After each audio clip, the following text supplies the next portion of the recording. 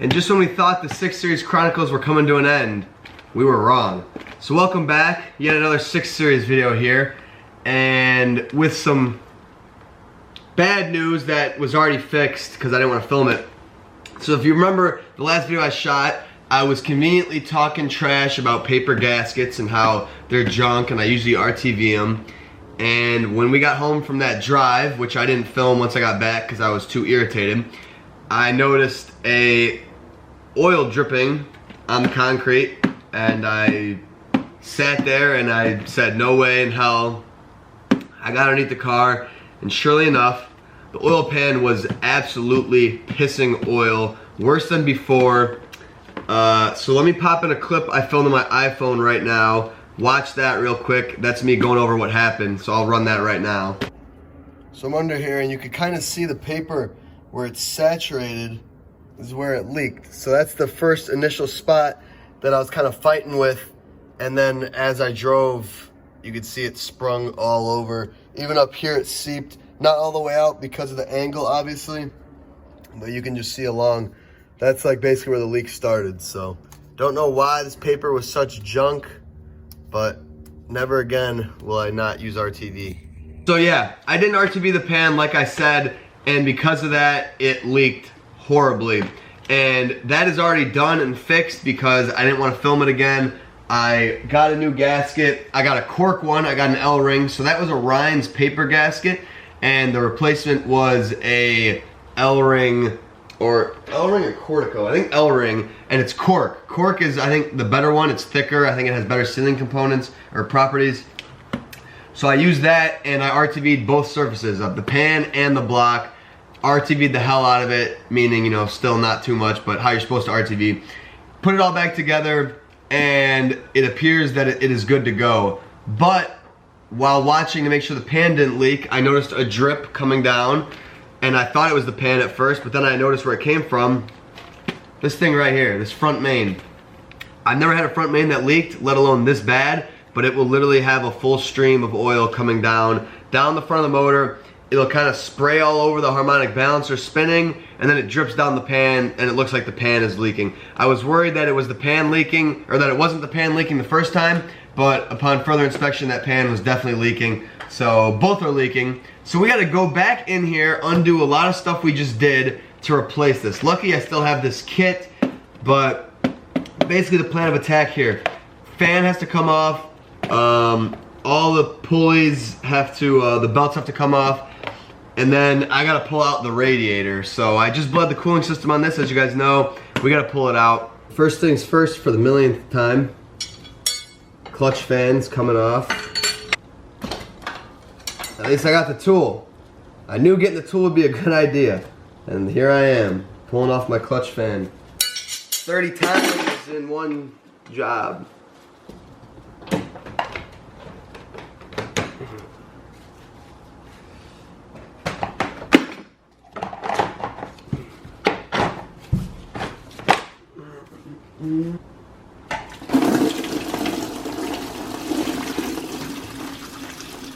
Oh, not too bad. I think I got most of it.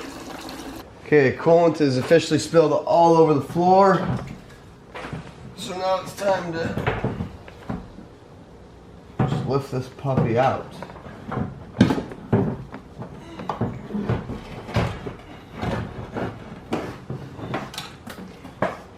Oh, careful. So you can see up there we got the pulley off. It was, I believe, 6 13 mils. Harmonic balancer came off easily with it. And you can see the oil leak at the bottom there, the black residue. It's been leaking for a while. So now pretty much we are stuck with the decision of how we're going to get this off, because the impact I don't think will fit. So I'll try it, but likely that's not going to work, and we're going to have to figure something out. But everything else looks decent up there. I don't think the timing cover needs to come off. I really don't want to do that because the pan might leak again. So we're just going to call it after the front main. So time to get this front main Jesus bolt out, or Jesus nut, I believe, on this thing. Alright, so I've been out here for probably 2-3 hours trying to make my own crank holder, and you can see here my brand new clutch fan removal tool is now broken. So I was actually onto something. The longer with the slotted hole, if you shave down the inside, was able to actually, with 2 bolts, bolt onto the crank, and then it was actually working pretty good as a holder, and then I shaved it down too much to fit, so it broke. So that's no good. I've been looking all over my house for metal, sheet metal similar to this. I just have nothing. I tried a few things, all bent, because the impact will not fit in there. I tried the starter trick, which some old heads say. They say you just kind of put the breaker bar on, wedge it on the frame rail, bump the starter. Did that a couple times. I got smoke. I don't want to ruin my starting system, my flywheel, or anything like that. So for the night, we're accepting defeat. So basically, I'll probably make a post in the groups, see if anyone actually has the proper tool to hold it. It's like 80 bucks is like, or 70 is like the cheapest one. I don't want to spend $70 for a tool I will literally never use again. So I want to see someone who has one that they could loan me. I might need more of a cheater bar than just this. Let's see what happens. Alright, so this is going to go one of 2 ways. The tool is going to break and I'm going to destroy my face, or it's going to come loose and I'm going to destroy my face. This is kind of scary.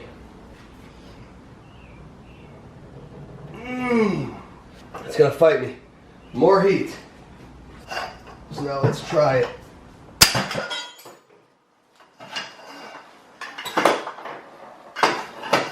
Breaker bar snapped. Okay, now let's see if we can get my other breaker bar on it. So I have to eliminate one of the cheater bars, but it's heated up.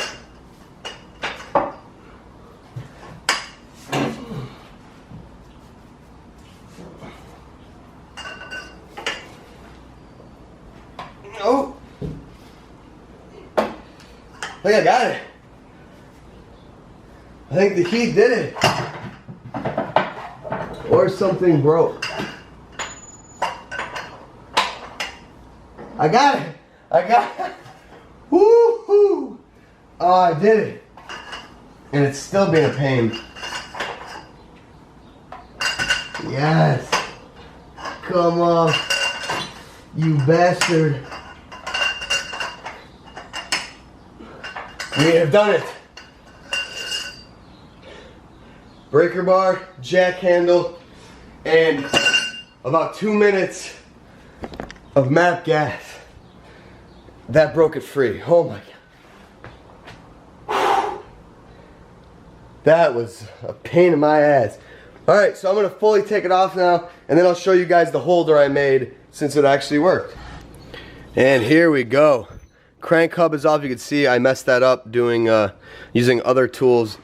But this is what we used to hold it. So this is, I can't remember how thick, but a very thick piece of welded steel. Like this is like solid.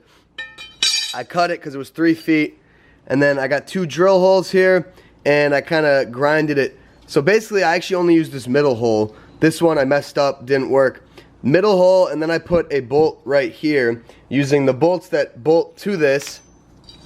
I bolted it on like that, wedged it up against the frame rail, and we got her. Here's the Jesus nut, here's the washer. What a pain in the ass. So this is all you really need. You don't need to go buy that expensive tool. I was this close to buying it. Luckily I didn't. This was, I want to say like $13 or something, but then I bought a drill bit because I wanted a nice one. I paid $20 for this and the drill bit, so whatever that math comes out to be. 20 bucks, part works. The rental would have been, not the rental, but to buy one, I think the cheapest are like 80 bucks or so, so save some money there, and it worked pretty good. And now we have access to our front main seal. As you can see the leak at the bottom there, you can see where all the oil is. This thing is certainly leaking pretty good. So now what we do is since I don't have a seal puller, I'm going to drill a self-tapper in and then pry it out with a hammer. I did that on the rear main of the 540 and it changed my life forever. It's literally the best way to get these things out. So I'm gonna see if well, not being able to fit a drill might add some issues here. But whatever, I'll put a self-tapper in and then we'll pry. Hopefully that goes smoothly.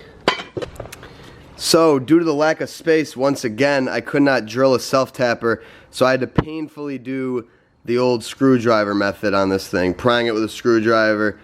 As you can see, we absolutely mangled it. What I ended up doing was getting it just a tad bit out, basically prying it outward, and then I went from the top and hammered the lip, and I hammered it inward on itself and was able to get it popped out. So here is the old rear main. Now I'm going to clean up the bore with some Scotch-Brite, rub that through, brake clean it up, and then we're going to press in the new seal. Usually I would hammer the old one to get the new one in, but this doesn't really look usable, so I'll probably just get a socket.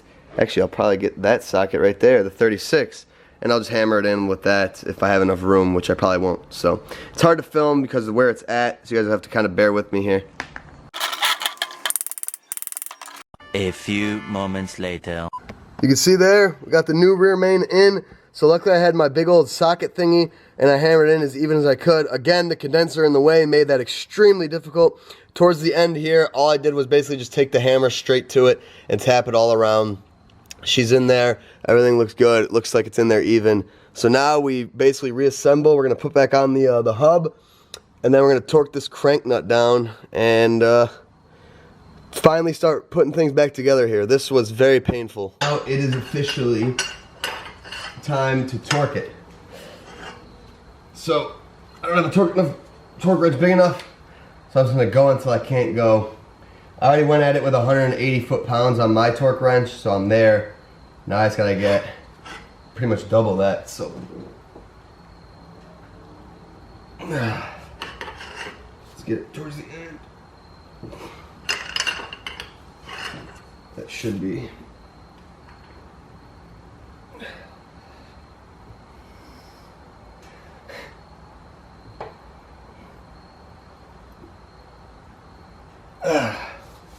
All right.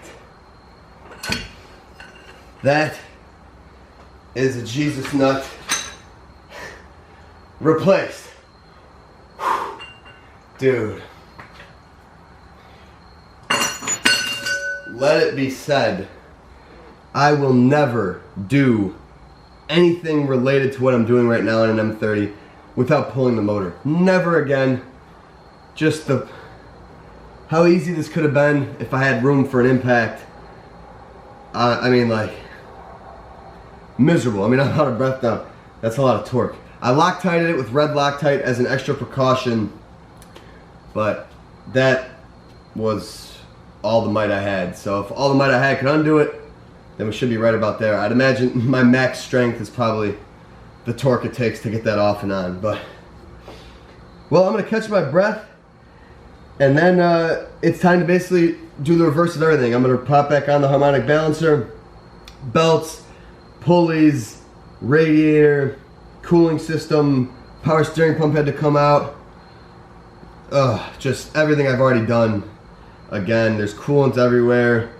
Just a big pain in the ass. I'm so frustrated, honestly. This was a big pain in the ass.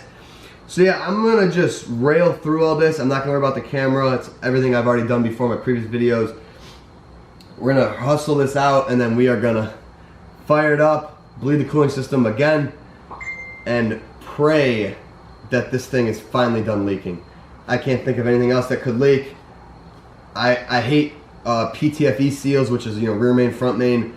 I never trust them. I always feel like they're still gonna leak, and the way I had to hammer this in, wasn't a fan of it. But because I like to go a little bit deeper than it was, between the condenser, there was just not enough room for me to have enough might with the hammer to do that. So it's in there flush, but she should be all right. So I'm gonna try to remember and make sure I didn't like take stuff off and forget to put it back on, but pretty sure we start with the harmonic balancer. So I will see you guys in probably hours from now when we're all buttoned back up, ready to start it, bleed it, and check for leaks. And it is finally time. We got everything back in, radiator, pulleys, pumps, tensioned, everything's tensioned. I gotta put the air box on, I actually forgot. And then it's time to fill coolant up, bleed this thing, and see if once and for all, she's finally cured of all her oil leaks. And hopefully we didn't develop any coolant leaks along the way. So I'm gonna pop this air box in and we're gonna start bleeding this thing. I'm pretty nervous to see and make sure this thing doesn't leak, but we will get to take her on our first drive tonight. Or not first drive, but first drive in a while. I'm super stoked. Alright, so I wrapped everything up on this car last night. Got dark, couldn't film, but if you guys will come with me underneath the E24, we have great news. That is a perfectly dry oil pan, a perfectly dry front main, and a perfectly dry everything. She is finally done leaking.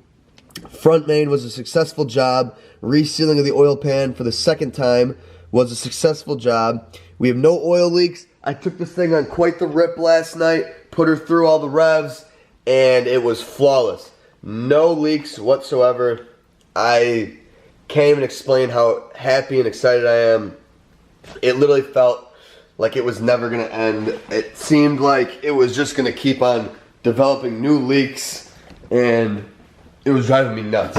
So thank God that was a successful job. You couldn't pay me to do that oil pan again or to do that front main again. Like I was saying, as I did the job, front main in the car, I'd rather pull the motor again. That was such a pain in my ass. But she is now a leak-free M30, all buttoned up, all solid. I am gonna come back and do the duct seal at the back of the head. I forgot to do that. I gotta do trans mounts because I ripped them when I was doing the oil pan, and she is completely dialed in. So I am thrilled. Now where we go with this car, I'm not sure. It'll probably hit the marketplace, to be honest with you guys. I do not see myself wanting to store this all winter. It's just too nice of a car for me. I've gone over it a few times, so I'm not gonna get into it. But what I am gonna do, I was gonna make a whole video on this, but it's gonna be quick. I'm gonna detail this engine bay. I'm gonna get my steam cleaner out and we're gonna vacuum, steam, and see how nice we can get it in here. It's not bad, but it obviously just shows signs of a car that's just been kind of sitting. So I'm gonna clean this up, make it look nice. The steam should be able to help. So I will get you guys a couple before shots, and then we'll come around and I'll get you guys some after shots.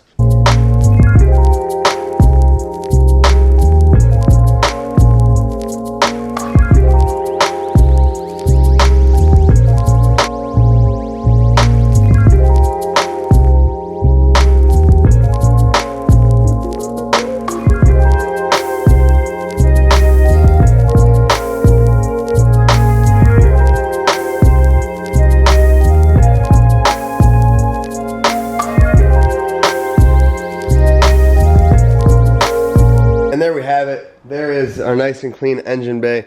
So it wasn't really as satisfying as I thought, because just the old stuff they use on these cars, even clean, they really don't come out that nice. Like just the old paint and like the heat coating and stuff. So it's not all that impressive. And then just that, nothing was really that dirty to begin with. It was just kind of just dust and dirt buildup on the front core and then the strut towers. Looks better. I'm happy with it. It's pretty much as good as it's gonna get. Like I said, it's just, they don't look that good even clean. So it is what it is, but the journey is finally done. So like I said, still got a few things to do to it, but as far as the oil pan job and the stuff that I was trying to wrap up weeks ago, finally done. The oil leaks are cured, except for the ducky gasket. We're gonna do the rubber duck, or they call it a duck gasket because it looks like a duck, I guess. I'll show you guys that in the next one. But yeah, thank you guys for watching. I hope you enjoyed. This was really miserable. I have to just further say that again. Like, it was just not fun. This car really put me through the ringer. A lot of that stuff was just not easy to do with the motor in the car. So glad it's done. I'm happy it's not leaking. That makes me really happy. So now I can clean this thing and I can actually enjoy it and drive it now and not feel guilty about driving it because old fluids or leaks. So I've had this car for months now, and I've driven it maybe like 4 times because, you know, it leaked so bad, and just with unknown fluids, I really didn't want to risk it. So now that it's finally solid, I can drive it and not feel bad about driving it, and I'm super stoked for that. So stay tuned for the next video on this car, video on all of the cars, Winter's coming, which sucks. So I'm gonna have to figure out a project for that. But anyway, I'll see you guys in the next one.